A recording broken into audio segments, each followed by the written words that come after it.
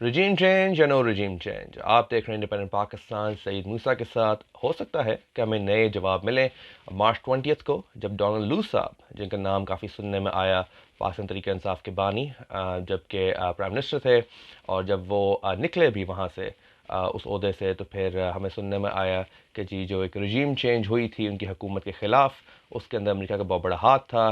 Donald لو صاحب پہ street الزام لگا کہ انہوں نے اس قسم کے پریشر کو پاکستان کے اوپر کنوے کیا. اب وہ جا کے گواہی دیں گے امریکی کانگریس کے پینل کے سامنے مارچ 20 کو. دو تین اہم نکات. ڈونلڈ لو صاحب اگر تو امریکہ کے پریشر کو ڈینائی کرتے ہیں پاکستان کے ووٹ آف نو کانفیڈنس کے اوپر، تو ممکن ہے کہ پاکستان تحریک انصاف کے جو نیریٹو ہے وہ امریکہ کی مداخلت کے اوپر اس کو مزید وزن ملے. کس قسم کے سوالات کے جواب وہ نہیں دیتے، ظاہری بات ہے یہ تو ان لائکلی لگتا ہے کہ وہ آ کے کہیں گے کہ ہاں ہم اثر انداز ہوئے تھے اس ووٹ آف نو کانفیڈنس کے اوپر، اور لہٰذا پاکستان کے اندر ایک چینج آنا ضروری تھا.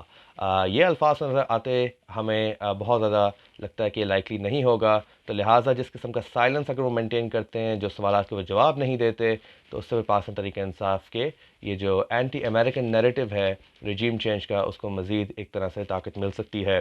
ساتھ ساتھ یہ دیکھنا بہت ضروری ہے کہ فوکس ہوگا اس ہیئرنگ کا اس چیز پہ کہ جی پاکستان کی جو جمہوریت کا جو فیوچر، اس پہ ذرا سی آپ نظر ڈالیں.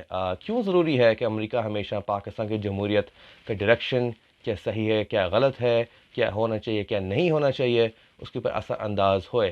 اگر آپ پچھلا ٹریک ریکارڈ اٹھا کے دیکھ لیں تو اسی قسم کی ایکسپیکٹیشنز کی وجہ سے امریکہ کی جو کریڈیبلٹی ہے، امریکہ کا جو ریپوٹیشن ہے، اس کی جو عزت ہے پاکستان کے اندر، اس کو کافی دھچکا ملا ہے. تو کیا مزید دھچکا دینے کے موڈ میں ہے امریکہ، اور کیا پاکستان یہ چیز برداشت کر پائے گا؟ سب فوکس ہوگا مارچ 20 کو. دیکھتے ہیں کانگریس کی ہیئرنگ کو. آج کے اتنا ہی. اللہ حافظ.